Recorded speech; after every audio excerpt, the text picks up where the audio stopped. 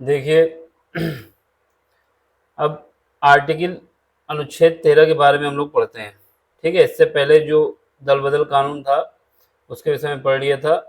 ये केस कौन सा था कि हुतो होलोहन बनाम जच्चीलू। अगर याद रखना, कभी क्वेश्चन पूछता है कि दल बदल का जो कानून बनाया गया था ये किस केस के बाद सुप्रीम कोर्ट ने बताया था कि जो लोकसभा का अध्यक्ष है या विधानसभा का जो स्पीकर है उनके पास ये पावर है तो कि वो किसी भी सदस्य को जो कि पार्टी का विरोध विरोध करता है और पार्टी की बात नहीं मानता उसको दल बदल कानून के तहत निरस्त कर सकता है। ठीक है, लेकिन उसकी योग्यता को अघोषित कर सकता है।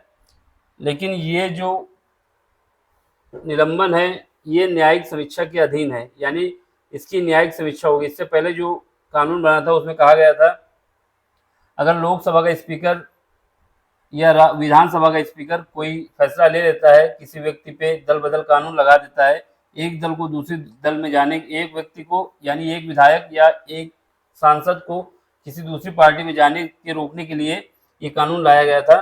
तो उसमें ये पावर थी कि अगर कोई विधायक अपनी पार्टी का विरोध करते हुए दूसरी पार्टी के लिए वोट करता है तो उसके खिलाफ दल बदल कानून लग जाएगा और इसके द्वारा स्पीकर जो है ये डिसाइड करेगा कि उसकी योग्यता बनी रहेगी कि नहीं बनी रहेगी, सदस्यता बनी रहेगी कि नहीं बनी रहेगी। तो जब किहुतो हुलोहन बनाम जेचालू वाला मामला गया 1993 में, तो कोर्ट ने कहा फैसला करने का हक तो स्पीकर का है, लेकिन ये फैसला सही है कि गलत है इसका फैसला कोर्ट न्यायिक समीक्षा के द्वारा ही करेगी। तो इसकी न्यायिक समीक्षा होगी और ये संविधान का बेसिक स्ट्रक्चर है, तो इसलिए इससे पहले न्यायिक समीक्षा नहीं होती थी। ठीक है, अब बात आती है अनुच्छेद 13 की। अनुच्छेद 13 में देखो क्या लिखा हुआ है। अनुच्छेद 13 का प्रभाव भूतलक्षी नहीं है। इसमें देखो अनुच्छेद 13 में प्रावधान है कि संविधान लागू होने से पहले भारत में लागू सभी कानून उस मात्रा तक शून्य होंगे जिस मात्रा तक वह मूल अधिकारों का उल्लंघन करते हैं अथवा उनका हनन करते हैं। ठीक, भूतलक्षी मतलब ये हुआ कि जब ब्रिटिश गवर्नमेंट थी उससे पहले जो आईपीसी की धाराएं जो भी चल रही थी ब्रिटिश गवर्नमेंट के टाइम से, और जो भारत आज़ाद हुआ तो वो जो संविधान में इंक्लूड कर ली गई आईपीसी की धाराओं के तहत, और जो कॉन्स्टिट्यूशन बनाया गया उसमें कुछ पार्ट मिला लिया गया 1935 का। तो उसमें अनुच्छेद 13 जोड़ा गया। इसमें ये बताया गया कि जो कानून मूल अधिकारों का उल्लंघन नहीं करता, जो कानून मूल अधिकारों का उल्लंघन नहीं करता वो कानून बना रहेगा, जब तक बना रहेगा जब तक उसमें सुप्रीम कोर्ट अपना फैसला नहीं दे देती। ठीक, और जो पार्ट मूल अधिकार का यानी फंडामेंटल राइट्स का हनन करता है, नुकसान करता है, तो वो पार्ट अपने आप निरस्त हो जाएगा। तो यानी कानून का वाला पार्ट जो मूल अधिकार को नुकसान पहुंचाता है वो शून्य माना जाएगा, इसके अलावा कोई पार्ट शून्य नहीं माना जाएगा। तो अब इस मामले में ये कब हुआ ये बताया गया। केशव माधव बनाम महाराष्ट्र राज्य 1951 में एक केस पहुंचा था सुप्रीम कोर्ट के पास, जिसमें कोर्ट ने क्या कहा सुनो। सुप्रीम कोर्ट ने कहा कि संविधान लागू होने से पहले भारत में लागू वह कानून जो मूल अधिकारों का उल्लंघन नहीं करते, समझ रहे, मूल अधिकारों का उल्लंघन नहीं करते, स्वतः ही शून्य नहीं होंगे, यानी अपने आप शून्य नहीं माने जाएंगे, शून्य नहीं होते, बल्कि वह तभी शून्य माने जाएंगे जब सुप्रीम कोर्ट या हाई कोर्ट इस प्रकार के कानून को शून्य घोषित करता है। समझ गए, मतलब ये कहने का मतलब था कि जो कानून बनाया गया अंग्रेजों द्वारा, ठीक है, उस कानून को शून्य उस एरिया तक माना जाएगा जिस एरिया तक वो फंडामेंटल राइट्स को क्षति पहुंचाते हैं, और उसके अलावा जो है वो शून्य नहीं माना जाएगा, यानी अघोषित नहीं माना जाएगा। क्यों नहीं माना जाएगा? अगर उसको अघोषित करना है तो या तो हाई कोर्ट करेगा या सुप्रीम कोर्ट करेगा। ठीक, अब इसके बाद इसमें देखो और क्या था। इसमें है पृथक्करणीयता का सिद्धांत। पृथक्करणीयता का सिद्धांत या डॉक्ट्रिन ऑफ सर्विसिबिलिटी,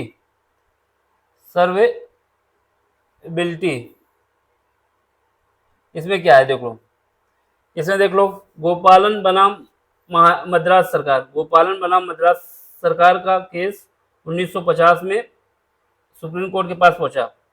इसमें क्या था, अनुच्छेद 13(2) कहता है कि राज्य ऐसा कोई कानून नहीं बनाएगा जो मूल अधिकारों का उल्लंघन करता हो। राज्य द्वारा इस प्रकार का बनाया गया प्रत्येक कानून मूल अधिकारों के उल्लंघन की मात्रा तक शून्य होगा। तो जब गोपालन बनाम मद्रास राज्य 1950 का मामला सुप्रीम कोर्ट पहुंचता है, तो सुप्रीम कोर्ट कहता है कि अनुच्छेद 13(2)(a) इस बात की पुष्टि करता है कि राज्य कोई कानून बनाता है, अगर वो कानून मूल अधिकारों का उल्लंघन करता है तो वो मूल अधिकारों को उल्लंघन करने वाला पार्ट जो है वो अशून्य मतलब शून्य माना जाएगा, उसको लागू नहीं किया जाएगा। यानी अगर 3 पार्ट बना दिए, 1, 2 और 3, 2 पार्ट जो थे जो मूल अधिकारों का उल्लंघन नहीं करते तो उनको कानून माना जाएगा, तीसरा पार्ट जो मूल अधिकारों का उल्लंघन कर रहा था तो उसको शून्य माना जाएगा, उसको कानून नहीं माना जाएगा। ठीक है, तो वही लिखा हुआ है, कानून का शेष भाग चूंकि मूल अधिकारों के विरुद्ध नहीं अतः वह विद्यमान रहेगा। तो राज्य सरकार को क्या करना था, अनुच्छेद 13 के तहत जो भी कानून बनाएगी, सुप्रीम कोर्ट ये बोलता है कि जो पार्ट मूल अधिकारों का उल्लंघन नहीं करेगा वो पार्ट जो है वो मान्य होगा, और बाकी जो मूल अधिकारों का उल्लंघन करता है उस पार्ट को शून्य माना जाएगा, अघोषित होगा, अमान्य होगा। इसके बाद देख लो क्या है कानून का वास, ये तो बता दी हमने। आगे चलकर कीहुतो होलोहन बनाम जिचालू 1993 के मामले में सुप्रीम कोर्ट ने इस सिद्धांत का विस्तार मूल अधिकारों के अलावा पूरे संविधान के लिए कर दिया। यानी पहले केवल ये मूल अधिकारों के लिए था, फिर 1993 में जब ये मामला पहुंचा था दल बदल वाला कीहुतो होलोहन बनाम जचीलू 1993 के मामले में सुप्रीम कोर्ट ने क्या कहा कि ये जो लगाया है 13 सेकेंड, इसके तहत कोई कानून बने पूरे संविधान में, पहले मूल अधिकारों में जो भी कानून बन रहा था अगर वो मूल अधिकारों का उल्लंघन करता था तो उसको शून्य माना जाता था, लेकिन अब इन्होंने बता दिया कि कोई भी कानून बने, जो कानून मूल अधिकारों का उल्लंघन करेगा वो पूरे संविधान में मान्य नहीं होगा। अब इसके बाद बात आता है आच्छादन का सिद्धांत, जिसको कहा जाता है doctrine of ellipse. Doctrine of ellipse है। इसमें क्या है, इस सिद्धांत का इसमें क्या है सुनो, इस सिद्धांत का प्रतिपादन सुप्रीम कोर्ट ने कब किया था, 1955 में किया था। मतलब सुप्रीम कोर्ट ने इसको 1955 में बताया था। कौन सा केस था, भीखाजी बनाम मध्य प्रदेश राज्य के मामले में। आच्छादन का सिद्धांत इसमें क्या था ये देख लो। दरअसल यह उन कानूनों के संबंध में था या संबंध में है जो संविधान बनने से पहले बने थे और वर्तमान में भी लागू हैं। ऐसे कानून या उन कानूनों के ऐसे भाग जो आज भी लागू हैं और मूल अधिकारों के विरुद्ध होने के कारण शून्य हो गए हैं, दरअसल वे शून्य व निरस्त नहीं होते। ये आच्छादन का सिद्धांत ये था। डॉक्ट्रिन ऑफ एलिप्स का सिद्धांत ये कहता था, सुप्रीम कोर्ट ने 1955 में इसमें बताया, ये एक मामला जब पहुंचा था भीखाजी बनाम मध्य प्रदेश राज्य के मामले में, तो सुप्रीम कोर्ट ने ये बताया कि संविधान में जो कानून बने थे संविधान लागू होने से पहले और वो कानून जो है आज भी चल रहे हैं, तो वो जो कानून है मूल अधिकारों का उल्लंघन करने के बावजूद वो संविधान में बने हुए हैं, ठीक है, तो उसको निरस्त नहीं माना गया। लेकिन जबकि इससे पहले केस में सुप्रीम कोर्ट ने बताया था कि वो कानून में जो मूल अधिकारों का उल्लंघन करते हैं इतना पार्ट हटा के बाकी मान लिया जाएगा। इसमें क्या लिख दिया, दरअसल यह कानून के संबंध में जो संविधान बनने से पहले बने थे और वर्तमान में भी लागू हैं, ऐसे कानून या उन कानूनों के ऐसे भाग जो आज भी लागू हैं और मूल अधिकारों के विरुद्ध होने के कारण शून्य हो गए हैं, दरअसल वे शून्य अथवा निरस्त नहीं है। ये सुप्रीम कोर्ट ने बताया कि देखो लागू नहीं किए जाएंगे, लेकिन जब तक कोर्ट सुप्रीम कोर्ट या हाई कोर्ट उसको निरस्त नहीं करते उसको शून्य नहीं माना जाएगा। ठीक है, अगला देखो, भारत की संगठनात्मक प्रगति। भारत जो है यूनियन है और उसकी प्रकृति के बारे में बताने के लिए कोई केस पहुंचा कि बहुत से केस पहुंचे जिसमें बताया गया कि ये भारत जो है यूनियन है। ठीक है, पहला केस था SR बम्बई बनाम भारत संघ 1994 में। SR बम्बई बनाम भारत संघ 1994 का केस। इसमें क्या हुआ था सुनो, प्रत्येक देश में एक ही पद्धति के संघवाद की कल्पना करना असंभव है। मतलब अपने देश में और या दूसरे देश से कहीं की कंडीशन अलग होती है। जैसे अमेरिका में काले गोरे चलता है, अपने देश में हर जगह कम्युनिटी अलग है, लैंग्वेज अलग है, शक्ल अलग है, कल्चर अलग है ना। तो अब अमेरिका का संघ बन गया, उसमें काला गोरा चलता है केवल, लेकिन भारत में तो बहुत कुछ विविधता है। तो जो संघ बनाने की, अगर अमेरिका का बनाना है जैसे राष्ट्रपति रूल करता है वहाँ पे, तो वैसा नहीं बनाया जा सकता, क्योंकि ये स्थिति डिपेंड करती है देश की भौगोलिक स्थिति, कल्चरल स्थिति और लोगों का रहन सहन, ठीक, इस पे भी डिपेंड करता है। तो प्रत्येक देश में एक ही पद्धति के संघवाद की संकल्पना करना असंभव है। संघवाद समय और स्थान के अनुसार बदलता रहता है। किसी देश में किसी देश में इसका क्या स्वरूप अपनाया जाए, वह देश की ऐतिहासिक, भौगोलिक, आर्थिक और राजनीतिक परिस्थितियों पर निर्भर करता है। यानी हर देश के लिए संघवाद का अलग अलग नजरिया होता है। कोई देश में कौन सा संघवाद अपनाया जाएगा, इसके लिए उसका भौगोलिक, उसका आर्थिक, उसके लोगों का रहन सहन, उसके राजनीतिक परिस्थिति और ऐतिहासिक परिपेक्ष डिपेंड करता है। ठीक है, अब बात आती है उद्देशिका के। उद्देशिका में देखो, केशवानंद भारती बनाम केरल राज्य, जो 1993 का मामला था, जहां पर हमारे पास बेसिक स्ट्रक्चर की परिकल्पना की गई थी। इसमें था, यद्यपि उद्देशिका ना तो सरकार की शक्तियों का स्रोत है और ना ही उस पर किसी प्रकार के निर्बंध लगाती है। यानी जो प्रस्तावना है, ये तो सरकार की शक्तियों का भी प्रतीक नहीं है कि ये सरकार को शक्ति देती है। दूसरा, यद्यपि उद्देशिका ना तो सरकार की शक्तियों का स्रोत है और ना ही उस पर किसी प्रकार के निर्बंध लगाती है, इसके बावजूद उद्देशिका संविधान का भाग है। समझ गए, भाग है। लेकिन अब देखो, राष्ट्रपति और मंत्रिपरिषद, इसमें सुन लो, इसमें कौन सा केस था? इसमें केस था 1956 में, कौन सा? रामजया वाया कपूर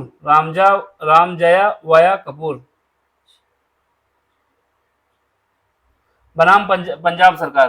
ठीक है, इसमें क्या हुआ था?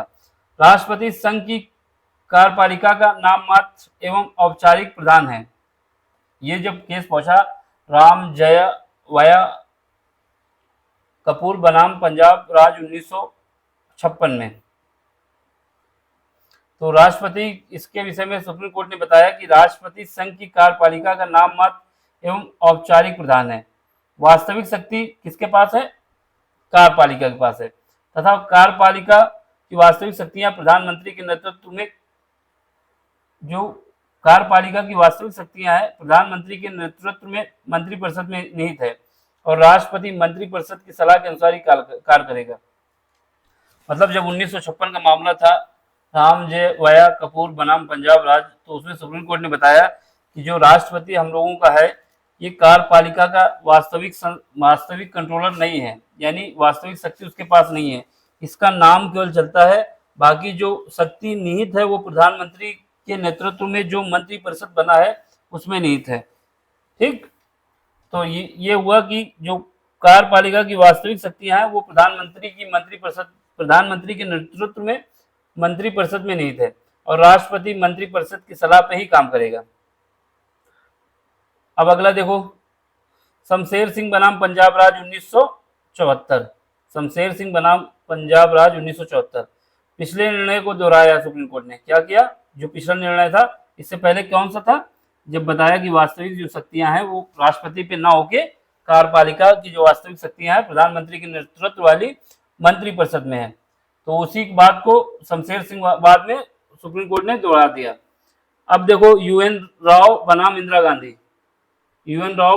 गांधी का केस, ये इंपॉर्टेंट है। इसमें सुप्रीम कोर्ट ने कहा था कि यद्यपि लोकसभा के विघटन हो जाए, सुप्रीम कोर्ट ने कहा था कि यद्यपि लोकसभा के विघटन हो जाए तो मंत्रिपरिषद समाप्त नहीं होगी। क्यों? क्योंकि हो सकता है अगर मंत्रिपरिषद समाप्त हो जाए तो कोई युद्ध की स्थिति हो जाए, क्या हो जाए, तो जो प्रधानमंत्री है उसकी सलाह अभी भी मान्य होगी। राष्ट्रपति अध्यादेश जारी करने की शक्ति रखता है। तो क्या हुआ? यूएन राव बनाम इंदिरा गांधी 1971 में सुप्रीम कोर्ट ने कहा था कि यदि लोकसभा के विघटन हो जाए तो मंत्रिपरिषद समाप्त नहीं होगी, राष्ट्रपति की अध्यादेश जारी करने की शक्ति अभी बनी रहेगी। अब देखो, लक्ष्मी नारायण बनाम बिहार राज्य 1950। इसमें क्या था? सुप्रीम कोर्ट ने कहा कि राष्ट्रपति अध्यादेश जारी करने के कारणों को न्यायालय के समक्ष सिद्ध करने के लिए बाध्यकारी नहीं है। ये बात इंपॉर्टेंट है। मतलब अगर राष्ट्रपति ने कोई अध्यादेश जारी किया है, तो एक केस पहुंचा था लक्ष्मी नारायण बनाम बिहार राज्य 1950 का। तो अगर कोई व्यक्ति जाता है कोर्ट के पास, कहता है कि राष्ट्रपति ने क्यों अध्यादेश जारी किया है, राष्ट्रपति ने क्यों अध्यादेश जारी किया है, इसकी हमें जानकारी चाहिए, तो कोर्ट ने साफ साफ बता दिया कि राष्ट्रपति अपने विवेक से अध्यादेश जारी कर सकता है, ये किसी को भी बताने के लिए बाध्यकारी नहीं है। ठीक है। फिर उसके बाद मामला पहुंचा कपूर बनाम भारत संघ 1970। इसमें क्या था, किंतु राष्ट्रपति द्वारा जारी किया गया अध्यादेश अतार्किक एवं सद्भावनापूर्ण नहीं होना चाहिए, यानी अतार्किक और असद्भावनापूर्ण नहीं होना चाहिए। राष्ट्रपति अपनी अध्यादेश की शक्ति का प्रयोग करने के लिए दुर्भावना के आधार पर संसद के दोनों सदनों अथवा किसी एक सदन का सत्रावसान नहीं कर सकता। ये भी बात याद रखना की मतलब ये नहीं कि राष्ट्रपति अपनी मर्जी से संसद के एक घटन संसद की एक सदन या दोनों सदन को विघटन नहीं कर सकता। यदि ऐसा होता है तो सुप्रीम कोर्ट इसे असंवैधानिक घोषित कर देगा। अगर ये बात राष्ट्रपति करता है, ऐसी कोई घटना करता है, तो कोर्ट जो है उसको असंवैधानिक घोषित कर देगा। ठीक है। अब इसके बाद क्या हुआ, डीसी वाधवा बनाम बिहार राज्य 1987। इसमें यद्यपि राष्ट्रपति किसी विषय पर पुनः अध्यादेश जारी कर सकता है, परंतु उसका प्रयोग अपनी विधि बनाने के रूप में नहीं करेगा। मतलब दोबारा तो राष्ट्रपति अध्यादेश जारी कर सकता है, लेकिन अब ये चाहे कि हर बार उसको अध्यादेश जारी करके हम विधि बनाते रहे, तो ऐसा नहीं होगा। तत्कालीन राष्ट्रपति केंद्र सरकार ने बार बार अध्यादेश जारी करके कुछ कानूनों को 14 वर्ष तक लागू किया था। इससे बिहार में राष्ट्रपति शासन लगा रहा। इसी वजह से ये बात कोर्ट ने कही कि ऐसा नहीं कि जब मन हो जब करते रहो। अब देख लो अगला क्या है, आपातकाल। SR बम्बई बनाम भारत संघ 1994 का केस। सुप्रीम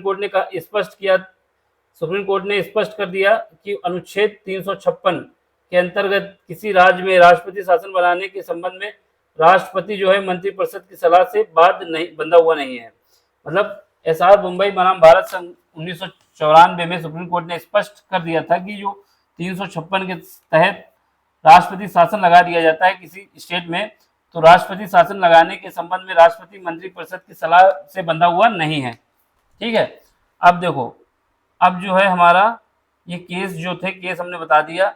अब हम संविधान के प्रमुख अनुच्छेद के विषय में पढ़ेंगे, जो कि अगले लेक्चर में ही पढ़ेंगे। ये केस कहीं ना कहीं घूम के क्वेश्चन में पूछे जाते हैं, इस वजह से हमने कराया। हमें याद क्या रखना है इसमें, पहला याद रखना है कि पहला संविधान संशोधन कब हुआ, 1951 में। ऑब्जेक्टिव में आ जाएगा, लगा देंगे। ठीक है। किस लिए हुआ, भूमि सुधार के लिए हुआ।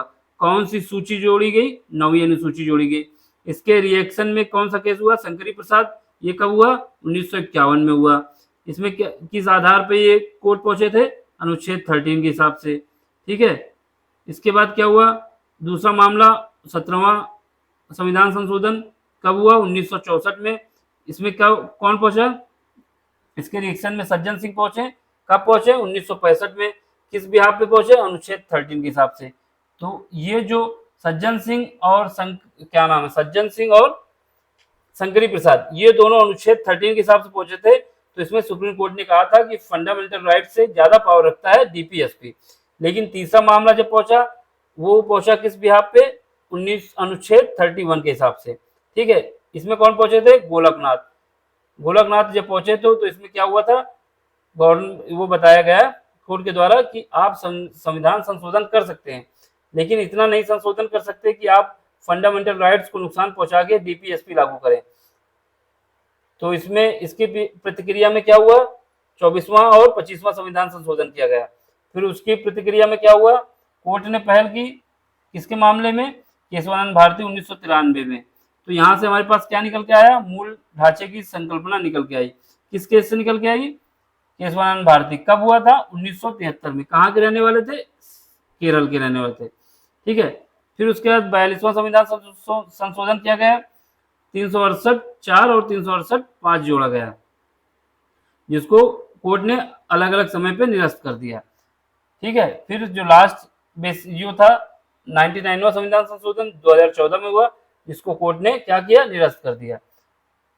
फिर उसके बाद हमने बताया था कि दल बदल वाला मामला था, आत्महत्या से संबंधित अनुच्छेद 21, अलग अलग केस सारे बताए। अब आपको क्या करना है, इन केस को केवल ओवरऑल याद करना है कि कब कौन सा केस हुआ। अब अगला लेक्चर जो चालू होगा, हमारी पॉलिटी का पहला चैप्टर स्टार्ट होगा, जिसमें हम बताएंगे कितने अनुच्छेद हैं, कितनी अनुसूचियां हैं। ठीक, मिलते हैं आगे। Thank you for watching.